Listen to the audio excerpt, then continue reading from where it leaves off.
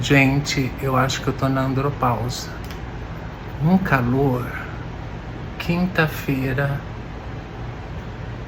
eu acho que quase 6 horas. Jesus. E choveu, hein? Oi, gente, tudo bom? Como que vocês estão? Espero que todo mundo esteja bem em paz.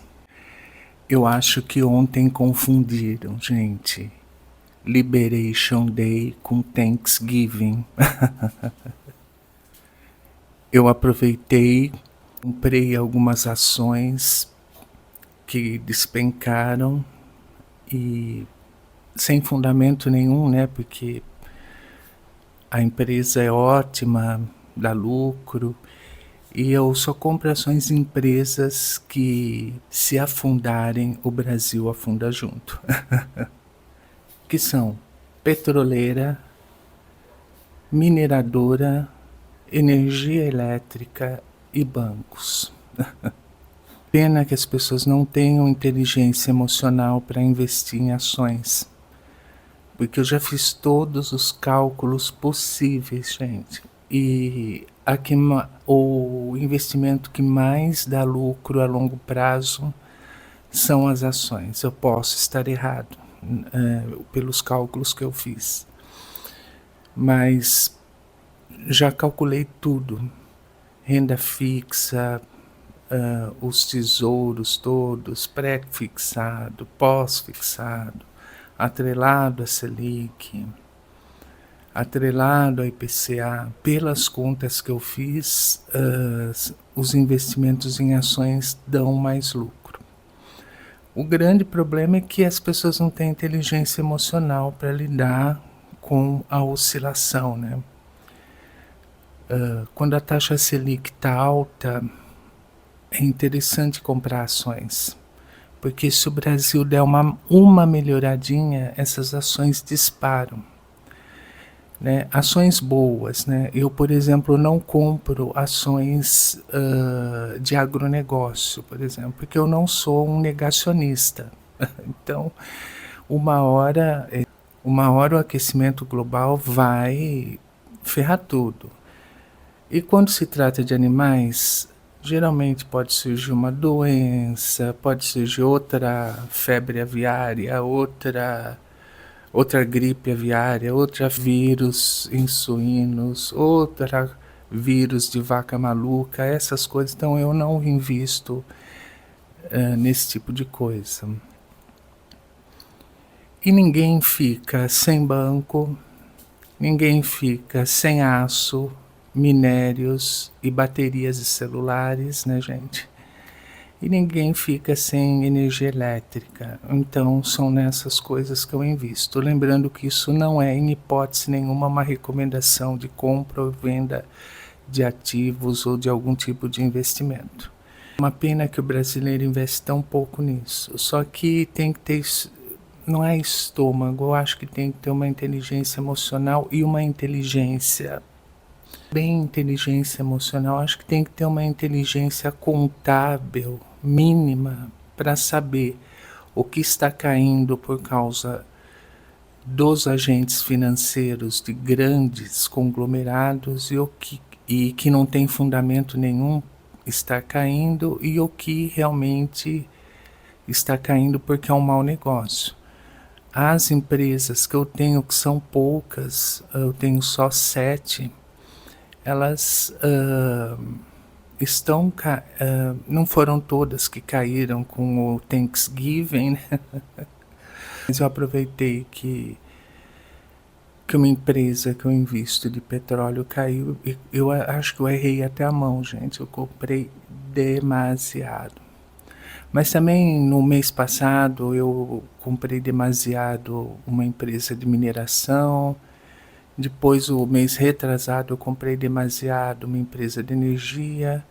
E assim, a minha carteira ela não é fixa, de porcentagens fixas. Eu não tenho preocupação nenhuma com essa coisa. Ela vai oscilando. Uma hora o banco está em cima, outra hora a mineradora, outra hora quem está em cima é energia, essas coisas todas. É por isso que eu gosto do investimento em ações, pessoal. Não tem um dia igual ao outro, sempre tem uma surpresa. E como eu não compro qualquer coisa, eu compro empresas gigantescas, pedacinhos de empresa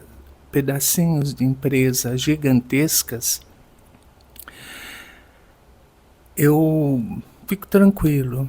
Então eu quero mais é que despenque. Ontem eu ia comprar não só pedacinhos da petroleira, mas também pedacinhos de uma siderúrgica. Mas eu tive que escolher entre uma e outra, porque tem uma que está bem barata, sem fundamento nenhum. Mas agora, para acertar novamente o balanceamento da coisa, vai ficar um pouco esquisito, mas tudo bem. Comprei só porque ela estava barata. Eu comprei pelos dividendos que ela vai distribuir o mês que vem. Então daí com esses dividendos eu aporto em outra empresa e assim vai. Importante você saber o que é taxa Selic, o que é IPCA, o que é CDI, o que é CDB, o que é debenture, o que é CRI, o que é CRA, o que... Todas essas coisas são importantes. Mas no meu dia a dia eu não vejo as pessoas ligando para isso não. E eu não sou da área de economia e muito menos da área de exatas. Então acho que é normal no meu contexto as pessoas não estarem nem aí com isso. O que é uma coisa muito errada. Porque, por exemplo, eu acompanho lavoura de café. Eu adoro, porque tenho antepassados que produzem café, etc. Né? Se vocês quiserem começar a fazer estoque de café, podem começar, gente. Porque com esse atraso das chuvas, com esse atraso das chuvas, em Minas, principalmente, é onde se produz mais, lavouras novas de café secaram todas. As mudinhas, sabe? E morreu tudo. Então, com certeza, nós vamos começar a sentir alta do café novamente, mais ou menos finalzinho desse ano para o ano que vem, em 2026. Então, quem quiser fazer estoque de café, eu recomendo, porque eu vou começar a fazer. Porque se o café já ficou caro por causa do atraso, por causa do excesso de chuvas do ano passado, ou acho que foi atraso, não lembro, que as chuvas arrancaram as flores do pé de café. Então ele não deu muitos frutos, né? E agora com o atraso das chuvas, os pezinhos novos de café não foram para frente. Então, ou quem investe em café é uma boa oportunidade, porque ele vai subir muito. Bem, mas na realidade eu ia falar sobre minimalismo e família, amigos, etc, né? Eu não conto a ninguém que eu sou minimalista, mas eu acredito que algumas pessoas que eu conheço ou algumas pessoas do meu entorno sabem que eu faço vídeo sobre minimalismo, etc, né? Porque dão indiretas, né? Então a gente começa a perceber que realmente talvez estejam assistindo os vídeos, né? Eu não tenho nem tanto problema em ser minimalista. O meu maior problema é em produzir vídeos no YouTube. Porque na minha profissão e no meu grau de carreira, eu acho que produzir vídeos do YouTube não falando coisas específicas da minha profissão, etc., eu acredito que seja meio ridicularizado. Às vezes a gente recebe indiretas, né, etc. Mas toda vez que isso acontece eu lembro de uma coisa que uma vez eu perguntei para minha irmã se não tava, eu não sei se era uma roupa, o que eu perguntei para ela. Eu falei assim, não tá muito ridículo isso aqui? Daí ela falou assim para mim, como você se importasse. E realmente eu nunca me importei com o que falam ou o que pensam de mim, gente. Honestamente falando. Lógico que eu posso ter essa atitude porque eu produzo muito resultado na minha profissão. Eu sou altamente produtivo e sou altamente correto e ético no meu trabalho. Eu nunca fiz nada errado. Então eu acho que isso me dá uma certa autoridade para eu poder fazer o que eu bem entendo da minha vida pessoal. Mas essa coisa de que ninguém liga para você não é bem assim. Pelo menos eu estou falando no meu meio, no meu contexto, não é bem assim, né? As pessoas esperam que a gente seja um iluminado, né? Uma pessoa, sei lá, sei lá o que esperam, o que espera da gente, né? Eu gosto de falar sobre minimalismo porque o minimalismo me ajudou muito e também gosto de falar sobre finanças. Porque eu mesmo, se vocês me perguntassem há uns 3, 4 anos atrás o que era Selic, o que era IPCA, o que era CDI, o que era CDB, o que era... As ações eu já tinha mais ou menos há um tempo atrás, mas também não ligava muito. Foi uma coisa que eu fiz e esqueci e deixei de lado. Mas depois eu retomei. Mas também não entendia muito, né, desse tipo de investimento, né? Que parece fácil, mas não é. Não é no sentido de que você tem que acompanhar as empresas, etc. Mas eu acho que eu gosto de bater papo aqui no YouTube, de falar sobre finanças, falar sobre minimalismo ou falar sobre coisas aleatórias. É gostoso e aconselho a todo mundo fazer, gente. Que as pessoas não ligam para você, isso eu acho que não é bem assim. Mas se você liga para o que as pessoas acham de você, daí não sei. Eu acho isso uma grande bobagem, a não ser que isso atrapalhe sua vida social no contexto onde você esteja. Mas hoje é tão comum, né? Todo mundo tem um canal no YouTube, todo mundo fala o que quer, é gostoso, eu acho que é ótimo. Eu acho que o YouTube democratizou bastante as coisas, né? É claro que tem muita informação errada, é claro que tem muita opinião que talvez pudesse ser mais checada e confrontada. Eu creio que o futuro da comunicação será esses meios mais independentes, né? Por um lado é bom, por um lado é ruim, né? Porque tem pessoas que não têm responsabilidade de checar a informação e tem pessoas que têm, mas daí também vai da pessoa que assiste, né? Mas eu pessoalmente não tenho grandes problemas em ser minimalista no meu dia a dia. Não tenho nem aprovação nem desaprovação. Porém, eu não falo sobre minimalismo para as pessoas, para os meus amigos, etc. Eu vivo minimalismo, mas não divulgo. Não sou uma pessoa que pessoalmente eu fique falando, divulgando essas coisas. A única coisa que eu faço, mas muito raramente, é falar que é bom investir. Mas as pessoas assim, agora eu não posso, ou agora eu estou sem condições de fazer isso, etc. Eu não respondo mais nada, não falo mais nada.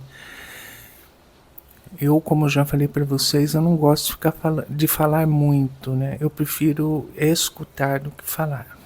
Eu também não sou muito de dar conselho, gente. Porque se conselho adiantasse, né?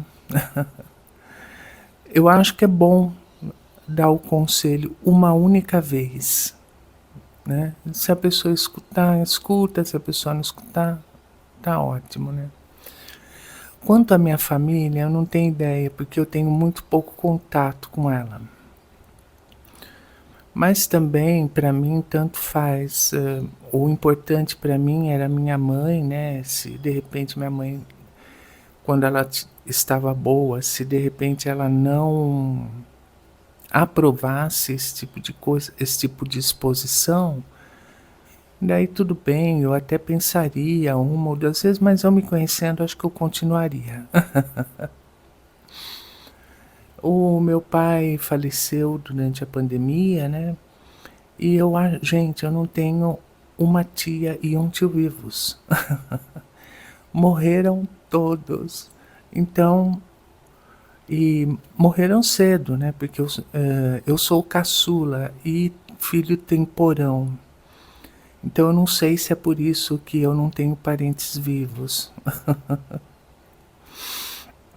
E o meu pai e minha mãe também eram os caçulas. Então eram os mais novos. Então há essa maldição dos mais novos, né?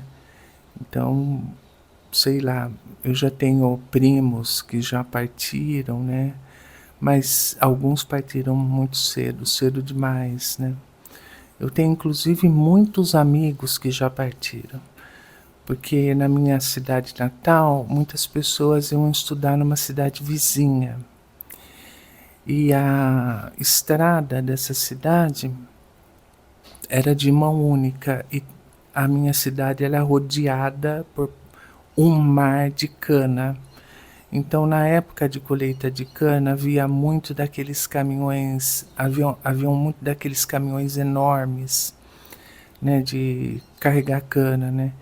E houve uma tragédia, né? Nem vou entrar muito no assunto. E muitos dos meus amigos, colegas, se foram nessa tragédia. Então, desde cedo eu vou amado com essas perdas, né? Meus avós morreram cedo, eu não cheguei a conhecer nenhum deles e eu conheci as minhas duas avós.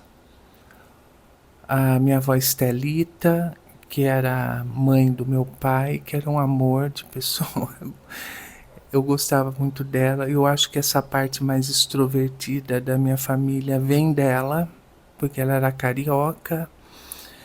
E porque a parte do meu avô, ela tem horror à notabilidade, vamos dizer assim. Ela tem verdadeira ojeriza a essas coisas. Se puder passar despercebido a vida toda, eles optam por isso. A minha avó era carioca, deu um problema para casar com meu avô, porque o meu avô era bicho do mato, né, gente? E ele era muito mais novo que minha avó. Então a família não queria o casamento, tudo, mas eu sei que meu avô se casou, etc. E essa minha avó era muito divertida, gente. Tenho muito boas recordações. Mas ela morreu quando eu tinha 6 anos, 6 para 7 anos. Mas eu lembro dela como se fosse hoje. Adorava ela. E a família da minha mãe, também não tenho nenhum tio vivo. Morreram precocemente, né? Os meninos.